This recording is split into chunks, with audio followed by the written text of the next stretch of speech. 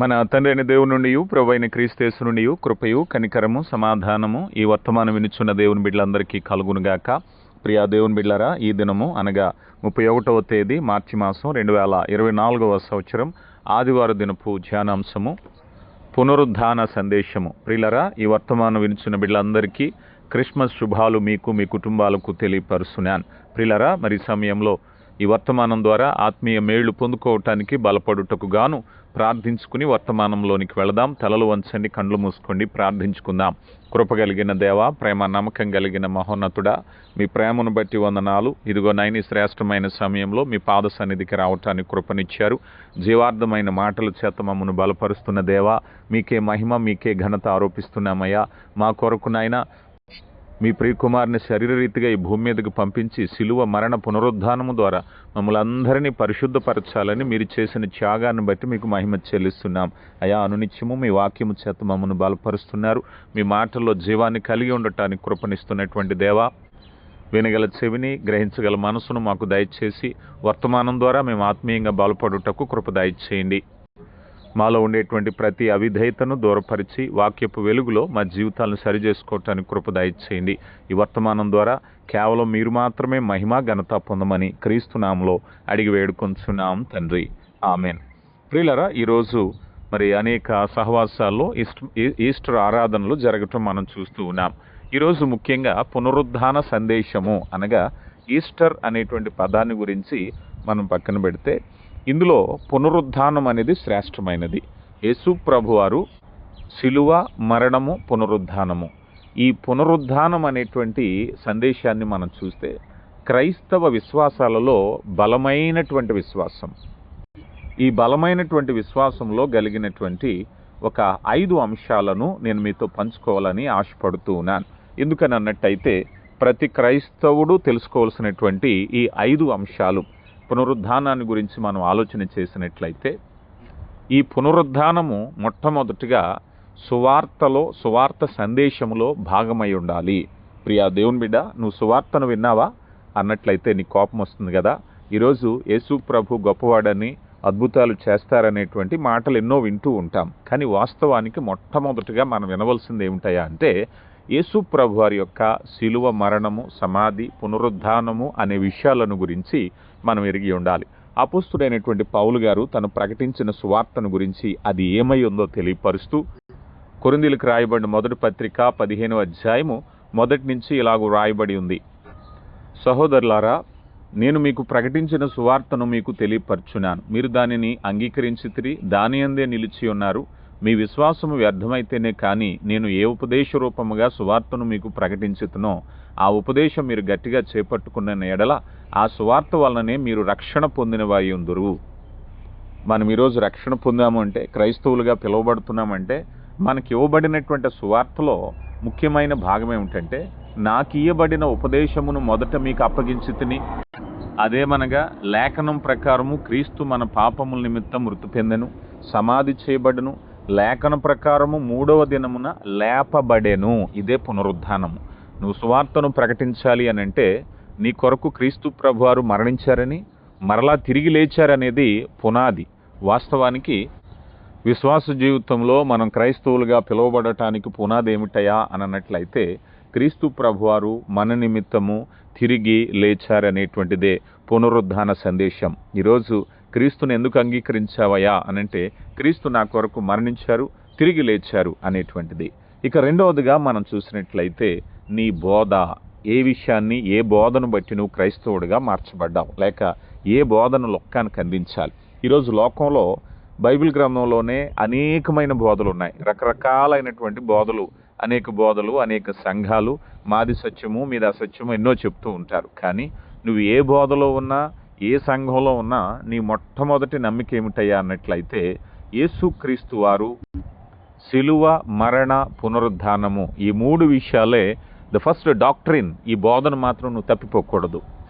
ఈరోజు చాలామంది విచిత్రంగా యేసు ప్రభు వారిని గురించి చెప్తూ, ఆయన ప్రభువే కానీ అద్భుతాలు చేశాడు కానీ ఆయన మరణించలేదు, శిలువ మీద గాయపడ్డారంతే, ఏవేవో కారణాలు చెప్తూ ఉంటారు. కానీ మనం అంగీకరించిన బోధ, చెప్పవలసిన బోధ ఏమిటంటే, క్రీస్తు ప్రభువారు సిలువ వేయబడ్డారు నిజం, ఆయన శిలువ మీద మరణించటం నిజం, సమాధి చేయబడటం నిజం, మరలా తిరిగి లేవటం అంటే పునరుద్ధాన శక్తిని కొంతమంది అంగీకరించరు. కొంతమంది దృష్టిలో యేసు ప్రభు గొప్పవాడే కానీ సిలువ వేయబడ్డారని కొంతమంది అని, కొంతమంది సిలువ వేయబడి మరణించారని కొంతమంది, అసలు మరణించలేదని కొంతమంది రకరకాలు చెప్తూ ఉంటారు. వాస్తవమైన బోధ ఏమిటంటే ఆయన మరణించటం నిజం, ఆయన పునరుద్ధానుడు అవటం నిజం. చూడండి, కొరింథీయులకు రాయబడిన మొదటి పత్రిక 15వ అధ్యాయము 12 నుంచి మనం చూస్తే, క్రీస్తు మృతులలో నుండి లేపబడి ఉన్నాడని ప్రకటించుచుండగా మీలో కొందరు మృతుల పునరుద్ధానము లేదని ఎట్లు చెప్పుచున్నారు? అయ్యా, ఆ పునరుద్ధానం గురించి చెప్పకపోతే ఎలా చెప్తారయ్యా? ఇక బోధ ఏమిటి? మృతులు పునరుద్ధానము లేని ఎడల క్రీస్తు కూడా లేపబడి ఉండలేదు, మరియు క్రీస్తు లేపబడి ఉండని ఎడల మేము చేయు ప్రకటన వ్యర్థమే, మా విశ్వాసము వ్యర్థమే. దేవుడు క్రీస్తుని లేపునని ఆయనను గూర్చి మేము సాక్ష్యము చెప్పి ఉన్నాము గదా. మృతులు లేపబడని ఎడల దేవుడు ఆయనను లేపలేదు గనుక మేమును దేవుని విషయమై అబద్ధ సాక్షులుగా అగపడుదుము. అపోస్తుడైన పౌలు ఎంత చక్కగా చెప్తున్నారంటే, పునరుద్ధానం లేదంటున్నారు కదబ్బాయ్. పునరుద్ధానం లేదు అనంటే క్రీస్తు ప్రభు లేపబడలేదు కదా. క్రీస్తు ప్రభు లేపబడకపోయినట్లయితే మేము ప్రకటించే ప్రకటన, మీరు నమ్మిన విశ్వాసము వ్యర్థమైపోతుంది కదా. అంటే పునరుద్ధానపు యొక్క ఆవశ్యకత, గొప్పతనాన్ని పౌలు గారు చెప్తున్నారు. ఎందుకనంటే ఈరోజు మనమందరము ఒకనాటికి మరణించిన వారు, మరణించబోవారు, ఇప్పుడున్నవారు మరలా పునరుద్ధానం పొందుతున్నారు అని అంటే అది క్రీస్తు పునరుద్ధానం అనే పునాది మీద వేయబడింది. క్రీస్తు పునరుద్ధానం ఉన్నదని నమ్మితేనే మనకి నిత్యజీవం ఉంది. మరణించినా కూడా మనకి నిత్యజీవం ఉందని చెప్పటానికి గల ఏకైక ఆధారము యేసు ప్రభువారు. అందుకే ఆయన్ను ప్రథమ ఫలము అన్నారు. అంటే మృతులలో నుండి లేపబడిన వారు ప్రథమ ఫలము. అంటే లోకంలో అజ్ఞాతిక్రమాన్ని బట్టి ఆదాము కాలంలో వచ్చినటువంటి పాపం ఏదైతే ఉందో ఆ పాపము ఆనాటి నుంచి ఆదాము మొదలుకొని ఎంతోమంది ఎన్నో తరాల్లో మరణిస్తూనే ఉన్నారు. కానీ పునరుద్ధానము అనే మాట మొట్టమొదటిగా క్రీస్తు ప్రభు నుంచే ప్రారంభమైంది. లోకం మరణమనే మాటతో విసిగిపోయింది కదా. ఎందుకంటే మనం బైబిల్ గ్రంథంలో మనం చూస్తే ఆదాము ఇన్ని సంవత్సరాలు బ్రతికి మరణించారు, తర్వాత వారు మెతూషెల ఇన్ని సంవత్సరాలు, ఇలాగ ఇన్ని సంవత్సరాలు బ్రతికారు మరణించారు. కానీ పునరుద్ధానం అనే మాట లేదు. ఇంకొక విషయం ఏమిటంటే బైబిల్ గ్రంథంలో చనిపోయిన కొంతమంది తిరిగి మరలా బ్రతికించబడ్డారు. వారిని కూడా పునరుద్ధానము అనలేరు. ఎందుకంటే మనం ఎలీషా కాలంలో మనం చూస్తాం. అలాగే అద్భుతాలు జరిగిన కాలంలో యేసు ప్రభువారు, అలాగే మరి పేతురు గారు దోర్కాను మరలా జీవింపచేయటం, అలాగే మరి పౌలు గారు ఐతుక్ అనేటువంటి యవనస్తుని, ఇలాగ ఎన్నో చూస్తూ ఉన్నాం కదా. వీటన్నిటిలో పునరుద్ధానము అనేటువంటి మాట యేసు ప్రభువారికి మాత్రమే వచ్చింది. ఎందుకనంటే తిరిగి లేచిన వాడు ఇక మరణించకూడదు. అప్పటి వరకు చాలామంది మనకు బాగా సుపరిచితమైన వ్యక్తి లాజరు గారిని ప్రభువారు తిరిగి బ్రతికించారు. మరి ఎక్కడున్నారు ఆ లాజరు గారు? మరలా కొంతకాలానికి మరణిస్తారు కదా. అయితే ఇప్పుడు ఈ యేసు ప్రభు వారి యొక్క పునరుద్ధానం అనే మాట ఏమిటంటే ఇక మరలా బ్రతికిన వాడు ఇక మరణించడు. అలాంటి పునరుద్ధానాన్ని మనకి ఇవ్వటానికి సాదృశ్యంగా యేసు ప్రభు వారు తిరిగి లేచారు. అందుకని ఈ పునరుద్ధానం అనేది గనక మీలో ఎవరైనా నమ్మకపోతే, మరలా ఇప్పుడు ఉండేటువంటి లోకంలో ఉండే మనుషులు మరలా తిరిగి లేపబడతారని మీరు నమ్మట్లేదా? అలా నమ్మకపోయినట్లయితే ఇక విశ్వాసం ఏముంది? చాలామంది ఈరోజు కూడా క్రైస్తవ సమాజాలలో చనిపోయిన తర్వాత విషయాలు ఏమున్నాయిలేండి, అప్పుడు ఎవరు చూసి వచ్చారులేండి, అప్పుడు విషయాలు ఎందుకులేండి, పాపమా పుణ్యమా అవన్నీ ఇలాగ చెప్తూ ఉంటారు. ఊరికే మాట దాటేస్తూ ఉంటారు. కానీ వాస్తవానికి పునరుద్ధానాన్ని గుర్చినటువంటి గొప్ప విషయం ఏమిటంటే క్రైస్తవుడు పునరుద్ధానాన్ని నమ్మాలి. ఈరోజు మనం జీవిస్తున్నామంటే చాలామంది పాపభీతి లేకపోవటానికి గల కారణం ఏమిటో తెలుసా? పునరుద్ధానం మీద వారికి అవగాహన లేకపోవటం. పునరుద్ధానం మీద అవగాహన ఉన్నవాడు భయపడతాడు. అమ్మో, పునరుద్ధానంలో మరలా నేను తీర్పు పునరుద్ధానానికి వెళ్ళాలనేటువంటి ఆలోచన కలిగి ఉంటారు. ఈరోజు అందరూ విశ్వాసులే, అందరూ ఈస్టర్ జరుపుకునే వాళ్లే. కానీ పునరుద్ధానాన్ని మీద నమ్మకం ఉన్నట్లయితే రాబో జీవితం మీద నీకు ఏ విధమైన భయం ఉందా? పునరుద్ధానము కనుక ప్రియులరా, మన యొక్క బోధ ఏమిటయ్యా అంటే, నువ్వు ఏ సంఘం వాడువైనా ఏ బోధ వాడువైనా వాక్యం చెప్పేది ఏమిటయ్యా అంటే పునరుద్ధానము అనేటువంటిది మన బోధ. ఇక మూడవదిగా మనం చూసినట్లయితే మన నిరీక్షణ అన్నారు. నిరీక్షణ అనగా రాబోయేటటువంటి విషయాల కొరకు ఆశావాదంతో ఎదురు చూడటం. ఏదైనా మన జీవితంలో ఒక మంచి జరగబోతుంది అని ఎదురు చూసేటువంటిది. కొరింథీయులకు రాయబడిన మొదటి పత్రిక 15వ అధ్యాయం, ఇదే అధ్యాయం 20వ వచనంలో, ఇప్పుడైతే నిద్రించిన వారిలో ప్రథమ ఫలముగా క్రీస్తు మృతులలో నుండి లేపబడి ఉన్నాడు. జాగ్రత్తగా గమనించండి. ప్రథమ ఫలము అంటే మరణించిన వారిలో మొట్టమొదటిగా మానవ సృష్టిలోనే పునరుద్ధానం యేసు ప్రభువారు.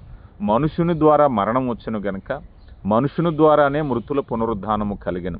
ఆదామునందు అందరూ ఎలాగూ మృతి పొందుచున్నారో అలాగునే క్రీస్తునందు అందరూ బ్రతికింపబడాలి. ఎందుకయ్యా యేసు ప్రభువారు తిరిగి లేచారు అన్నట్లయితే, ఆదాముతో దేవుడు చెప్పారేమని, ఆదామా ఈ పండు తిను దినమున నీవు నిశ్చయముగా చచ్చెదవు. పర్యవసానంగా ఆదాము మొదలుకొని తర్వాత అనేక మంది పుట్టిన వారందరూ కూడా మరణిస్తూనే ఉన్నారు. లోకం పుట్టుట గిట్టుట కొరకే అన్నారు. అంటే పుట్టడం ఎందుకయ్యా అంటే చావటం కోసం, పుట్టుట గిట్టుట కొరకే, మరణించటం కొరకే. కానీ యేసు ప్రభువారు పుట్టుట గిట్టుట కొరకు కాదయ్యా, పునరుద్ధానం కొరకని చెప్పారు.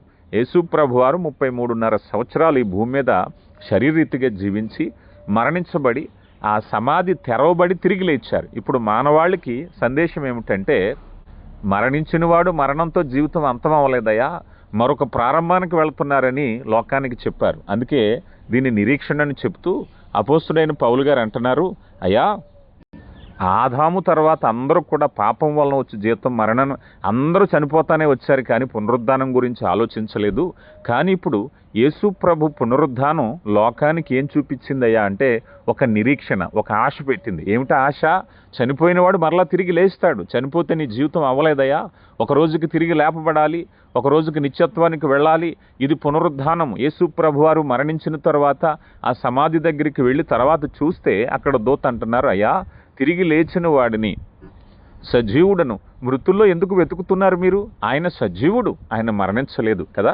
మనం ప్రకటన గ్రంథంలో చక్కని మాట ఉంటుంది, నేను మృతి చెందిన వాడినే కానీ యుగ యుగములు జీవించువాడను అంటారు. అంటే మృతి చెందిన వాడెవరు? యేసుప్రభువే మృతి చెందారు, కానీ ఆయన పునరుద్ధానుడై యుగ యుగములు జీవిస్తున్నారు. అంటే ఈ నిరీక్షణ ఎవరికయ్యా అంటే, విశ్వసిస్తున్నావా? నీవు కూడా అంతే. నువ్వు ఒకనాటికి తిరిగి లేవబోతున్నావు. ఒకవేళ నీకంట మరణించిన వారు కావచ్చు, ఇప్పుడున్నవారు కావచ్చు, ఎప్పటికైనా మరణించవలసిన వారు అని లోకం మనకు చెప్తుంది. కానీ ఆ మరణము, ఆ సమాధి బంధించదు అని యేసు ప్రభువారు లోకానికి తెలియపరిచారు. అదే తిరిగి లేపబడిన పునరుద్ధాన శక్తి. ఇక 4వదిగా మనం చూసినట్లయితే, పునరుద్ధానము మానవుడు జీవించటానికి మార్గదర్శకము అన్నారు. జీవించటానికి మార్గదర్శకం ఏమిటయా అని అంటే, ఈరోజు పునరుద్ధానం అనే మాట ఎప్పుడైతే వచ్చిందో, ఆ పునరుద్ధానం పొందుకోవటానికి నిర్దేశము అంటే సూచన ఇవ్వబడింది. పునరుద్ధానం కావాలా? యేసు ప్రభువలే నీవు మరలా తిరిగి లేపబడాలా? తిరిగి లేపబడి ఆ పరలోకంలో నిత్య జీవితం జీవించాలి అని అంటే ఆ పునరుద్ధానాన్ని దృష్టిలో పెట్టుకుని ఇప్పటి నుంచి నువ్వు సిద్ధపడాలి. ఈ పునరుద్ధానము మానవాళికి ఏం నేర్పించిందయ్యా అంటే జీవన విధానం. నువ్వు పునరుద్ధానం పొందాలి అంటే ఈరోజు నీ జీవితాన్ని నీవు సరిచేసుకోవాలి అన్నారు. కొరింథీయులకు రాయబడిన మొదటి పత్రిక 15వ అధ్యాయము 32 నుంచి మనం చూసినట్లయితే, మనుషురీతిగా నేను ఎఫెసులో మృగములతో పోరాడిన ఎడల నాకు లాభమేమి? మృతులు లేపబడని ఎడల రేపు చనిపోవుదుము గనుక తిందుము త్రాగుదుము. మోసపోకుడి, దుష్టరాంగత్యము మంచి నడవడును చెరుపును. నీతి ప్రవర్తన గలవారే మేలుకుని పాపము చేయకుడి. దేవుని గూర్చిన జ్ఞానము కొందరికి లేదు, మీకు సిగ్గు కలుగుటకై ఇట్లు చెప్పుచున్నాను అన్నారు. ప్రియులారా, ఈ చక్కని మాట ఏమిటంటే, ఈ కొరింథీయులకు రాయబడిన మొదటి పత్రిక 15వ అధ్యాయం అంతా కూడా పునరుద్ధానాన్ని గురించి, సువార్తను గురించి చెప్పబడుతూ ఈ 32వ వచనంకి వచ్చేసరికి, మనుష్యరీతిగా నేను ఎఫెసులో మృగములతో పోరాడని ఎడల నాకు లాభమేమి అన్నారు. అంటే మృగాలతో పోరాడడం ఏమిటి అనంటే, మృతులు లేపబడని ఎడల రేపు చనిపోవుదుము గనుక తిందుము త్రాగుదుము. ఏమిటివి? మృగాలట. రేపు మనకు తెలియదు. ఈరోజు మానవ జీవితాల్లో పెనవేసుకున్నటువంటి ఒక దౌర్భాగ్యపు స్థితి ఏమిటంటే, మనిషి సంతోషంగా ఉన్నాడా? ఖరీదైన జీవితము, ఖరీదైన వాహనము, ఖరీదైనటువంటి ఆహారము నేను అనుభవిస్తున్నానా లేదా? అదే తిందుము త్రాగుదుము అనే ఆలోచన కలిగి పునరుద్ధానాన్ని గురించి ఆలోచన లేక మనిషి ఇప్పుడు ఎలా ఉన్నాడు చెప్పండి? ఎవడు నష్టపోయినా నాకు అనవసరం, నేను సంతోషంగా ఉన్నానా లేదా, నేను లాభపడ్డానా లేదా. కనుక మనిషి తిందుము త్రాగుదుము అని చూస్తున్నాడు. చనిపోయిన తర్వాత విషయం. ఇప్పుడు ఈ శరీరంతో ఉండగా నేను ఎంతవరకు తిన్నాను, ఎంతవరకు తాగాను, ఎంతవరకు సంతోషంగా ఉన్నాను, అంతవరకే. ఆ జీవితాన్ని పౌలు గారు అంటున్నారు, నేను మృగములతో పోరాడని ఎడల నాకు లాభమేమి. ఇవన్నీ మృగాలతో పోల్చారు పౌలు గారు. ప్రియులారా గమనించండి, ఈ మృగాలు భవిష్యత్తు ఎడల ఆలోచన కలిగిన వారు. మీరు ఎప్పుడైనా మాట బాధ కలిగినా మనం ఒక మాట వింటూ ఉంటాం లోకంలో. ఏమిటంటే, లోకంలో వ్యక్తి ఎవరైనా కష్టపడి బ్రతుకుతూ భవిష్యత్తు కొరకు ఆలోచన లేకుండా, సంపాదన లేకుండా, మిగులు లేకుండా, పొదుపు లేకుండా ఏ రోజుది ఆ రోజే తినేస్తూ ఉన్నాడు అనుకుందాం. ఏ రోజు ఖర్చు ఆ రోజే అలా జీవిస్తుంటే ఆ మనిషిని ఏమంటామంటే, నీకు జంతువులకి తేడా ఏముంది? జంతువు కూడా ఏనాటి తిండి ఆ నాటికి తినేస్తుంది. ఈరోజు జంతువులకి ఫ్రిడ్జులు లేవు, జంతువులకి ఆహార నిల్వలు లేవు, జంతువులు డబ్బులు దాచుకునే బ్యాంకులు లేవు. కారణం ఏముంది? జంతువు లక్ష్యం ఏమిటంటే ఏ రోజు తిండి ఆ రోజు తినటం, అయిపోయింది, తర్వాత రోజు మళ్ళా తిండి కోసం పోరాటం. అంతవరకే జంతువుకు ఉన్నటువంటి లక్షణం. మనిషి కూడా జంతువులాగా ఈరోజు తిండి, ఈరోజు శరీరము, ఈరోజు శరీరంతో ఉన్నదే అనుకుంటే అతడు కూడా జంతువును పోలిన వాడే. అతను కూడా మృగమే. మృగం వల్ల తినటం, తాగటం, అంతవరకే. అంటే నిత్యత్వపు కొరకు ఆలోచన లేదు. ఈ శరీరంతో ఉండగా మంచి ఇల్లు ఉందా, మంచి వాహనం ఉందా, డబ్బు మిగిలిందా, ఆభరణాలు ఉన్నాయా, ఇంతవరకే చూసి కనీసం పునరుద్ధానాన్ని గురించి ఆలోచన లేని ప్రతివాడు కూడా ఎలాంటి వాడయ్యా అంటే మృగముతో పోల్చారు ఇక్కడ. మృగములతో పోరాడని ఎడల నాకేమి లాభం? మృగములతో పోరాటం అంటే ఈయన నిజమైన పోరాటం కాదు. సువార్త పక్షంగా పోరాడి మారండయ్యా, మృగ జీవితాలు వదులుకోండి, పరిశుద్ధమైన జీవితం జీవించండి, పునరుద్ధాన శక్తిని కలిగిండండి, పునరుద్ధానం కొరకు సిద్ధపడండి. ఈ రోజున్నదే జీవితం కాదు, మృగంలా కాదు జీవించేది. ఏ రోజు తిండి ఆ రోజే, ఏ రోజు బ్రతుకు ఆ రోజు అన్నట్టు ఈ శరీరంతో ఉండగానే మేము సంతోషంగా జీవించామంటే నీకేదైనా పునరుద్ధానం గురించి సిద్ధపాటు ఉందా? మరణం తర్వాత జీవితం గురించి సిద్ధపాటు ఉందా?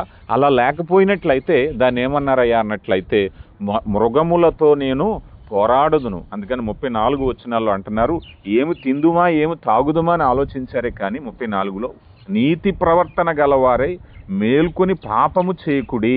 ఇదయ్యా మీకు పునరుద్ధానం మీద ఆశ ఉంటే నీ చేయవలసిన పని ఏమిటంటే, పునరుద్ధానంలో మనుషుడు తన క్రియలు శరీరంతో జరిగించినవి అవి మంచివైనా సరే చెడ్డవైనా సరే క్రీస్తు న్యాయపీఠం ఎదుట హాజరు కావాలి. కనుక ప్రతివారు కూడా ఎలా చేయాలి అంటే ఈ యొక్క శరీరాలతో పాపము లేకుండా చెబుతూ అంటున్నారు, కొందరికి దేవుని గూర్చి జ్ఞానము లేదు. వీరికేముందయ్యా? వ్యాపార జ్ఞానం ఉందట, డబ్బు సంపాదించే జ్ఞానం ఉంది, సంతోషంగా ఉండాలనే జ్ఞానం ఉంది, ఏ విధంగా తను సౌఖ్యంగా జీవించాలో, ఎవరిని మోసం చేయాలన్నా సరే, ఎవరిని ఇబ్బంది పెట్టాలన్నా సరే తెలివితేటలు ఉన్నాయి. కానీ కొంతమందికి దేవుని గూర్చి జ్ఞానము లేదట. ప్రియులారా, దేవుని గూర్చి జ్ఞానాన్ని కలిగి ఉన్నావా? ఈరోజు దేవుడు నీతో మాట్లాడుతున్నారు. ఇక చివరిగా 6వదిగా మనం చూసినట్లయితే 6వ అంశం ఏమిటయ్యా అంటే అద్భుతమైన భవిష్యత్తు అన్నారు. అంటే ఈ ఆశ్చర్యకరమైన భవిష్యత్తు ఏమిటో మనం చూస్తే, ఆశ్చర్యకరమైన భవిష్యత్తు అంటే మన భవిష్యత్తు ఎలా మారబోతుంది, ఇదే కదా. ఈ భవిష్యత్తు ఎలా మారబోతుందో ఈ విషయాన్ని గురించి 6వ అంశంగా మనం చూస్తే, కొరింథీయులకు రాయబడిన మొదటి పత్రిక 15:35లో అయితే మృతులు ఎలాగూ లేతురు, వారి ఎట్టి శరీరముతో ఒత్తురని ఒకడు అడుగును. అయ్యా ఆశ్చర్యం కదా, చనిపోతున్నాం, ఈరోజు మనిషి మట్టిలో కలపబడుతున్నాడు, కొంతమంది ఈరోజు అగ్నితో కాల్చబడుతున్నారు, కొంతమందిని సముద్రంలో పడ్డ వాళ్ళని చేపలు తినేస్తున్నాయి. ఇలాగ రకరకాలుగా శరీరం అన్నది మృతమైపోతుంది, మాయమైపోతుంది, మరలా వాళ్ళకి శరీరాలు ఎక్కడి నుంచి వచ్చాయని అడుగుతున్నారు. అయితే ఓ అవివేకి, నువ్వు విత్తినది చచ్చితేనే కానీ బ్రతికింపదు కదా. నీ చేతిలో ఉన్న గోధుమ గింజే కానీ, బెండ గింజే కానీ, బీరగింజే కానీ భూమిలో కప్పెట్టినప్పుడు అది మరలా మొక్కగా ఉండాలి అంటే ఆ విత్తనంలాగే ఉండాలి. మొక్క రావాలి అంటే కుదరదు. ఆ మొక్క ఆ మంటిలో ఆ తేమకు రసాయన చర్య జరిగి ఆ విత్తనం కాస్త పగిలి అందులోంచి విచ్చుకున్న దళాలు బయటకు రావాలి. ఆ విత్తనం కాస్త వేరు తన్నాలి, ఆ మొక్క ఎదగాలి. మరలా కొన్ని రోజులకి ఆ విత్తనంలాగా ఉండదు. కనుక నీవు విత్తును దానిని చూడగా అది గోధుమ గింజయే కానీ మరి ఏ గింజయే కానీ ఒట్టి గింజనే విత్తుచున్నావు, కానీ పుట్టబోవు శరీరమును విత్తుటలేదు. గమనించండి, నువ్వు విత్తనాన్ని విత్తనంగా వేస్తున్నావు, చెట్లు పుట్టలు అన్ని చోట్ల వేయట్లేదు, విత్తనాల నుంచి వచ్చేటటువంటి చెట్లు ఉన్నాయి. అలాగే దేవుడు తన చిత్త ప్రకారముగా నువ్వు విత్తిన దానికి శరీరం ఇచ్చును, మరియు ప్రతి విత్తనమునకు దాని శరీరం ఇచ్చేవాడు. మాంసమంతయు ఒక మితమైనటువంటిది కాదు అని చెప్తూ, మృతుల పునరుద్ధానం అలాగే శరీరము క్షయమైనదిగా విత్తబడి అక్షయమైనదిగా లేపబడును. ఘనహీనమైనదిగా విత్తబడి మహిమగలదిగా లేపబడును. బలహీనమైనదిగా విత్తబడి బలమైనదిగా లేపబడును. కనుక నీ శరీరము ఎప్పుడైతే ఈ భూమి మీద చంపబడిందో, పునరుద్ధానం అనేటువంటిది దేవుని యొక్క మహిమకర ఆశ్చర్యకరమైన రీతిగా నూతన మహిమ శరీరాన్ని దేవుడికి అమర్చడానికి సిద్ధపడుతున్నావు. ఎందుకంటే రక్త మాంసములు దేవుని రాజ్యమును స్వతంత్రించుకున్నావు కనుక పౌలు గారు కూడా మరో చోట అంటారు, అదేమై ఉన్నదో నేను ఎరగను కానీ అది ఉన్నతమైనటువంటి మహిమ శరీరంగా దేవుడు మార్చబోతున్నాడు. నిత్యత్వంలో పరలోకంలో ఈ శరీరాలు కాకుండా మహిమ శరీరంతో, ఇదే ఆశ్చర్యకరమైన భవిష్యత్తు. నువ్వు దేవుని కొరకు పరిశుద్ధమైన జీవితం జీవిస్తే నీ జీవితము మార్చబడుతుంది. కనుక ప్రియ దేవుని బిడ్డ, పునరుద్ధాన శక్తి అనేది ఖచ్చితంగా తెలుసుకోవాల్సింది. ఆ అనుభవాన్ని మనం కలిగి ఉండాలి. దేవుడు మిమ్మల్ని దీవించును గాక. మరొక పర్యాయం మీ అందరికీ ఈస్టర్ శుభాలు. మరి మీ స్నేహితులకు పరిచయస్తులకు కూడా ఈ విలువైన సందేశాన్ని పంపించి దేవుని పనిలో భాగస్థులు అవ్వండి. దేవుడు మిమ్మల్ని దీవించును గాక. ఆమెన్. ప్రార్థించుకుందాం. కృప కలిగిన దేవా, ప్రేమ కలిగిన మా నాయన, జీవార్థమైన మాటల చేత మమ్మల్ని బలపరిచారు. వినేటువంటి వర్తమానాన్ని మా హృదయాల్లో స్థిరపరచండి, ఫలింపులోనికి నడిపించండి. అవునాయన, క్రీస్తు ప్రభువారు మా నిమిత్తమై మరణించి పునరుద్ధానుడై పునరుద్ధాన శక్తి ద్వారా మాకిచ్చిన గొప్ప ఆధిక్యతను బట్టి నాయన మీకు మహిమ చెల్లిస్తున్నాం. వాక్యమైన బిడ్డలందరినీ దీవించండి అయ్యా. వినేటువంటి వాక్యాన్ని బిడ్డల సువార్తలో భాగంగా అనేకులతో పంచుతుంటుండగా సువార్త ద్వారా వచ్చే ఆశీర్వాదం చేత నింపి మీరే మహిమా ఘనత పొందమని క్రీస్తు నామంలో అడిగి వేడుకొంచున్నాం తండ్రి. ఆమెన్.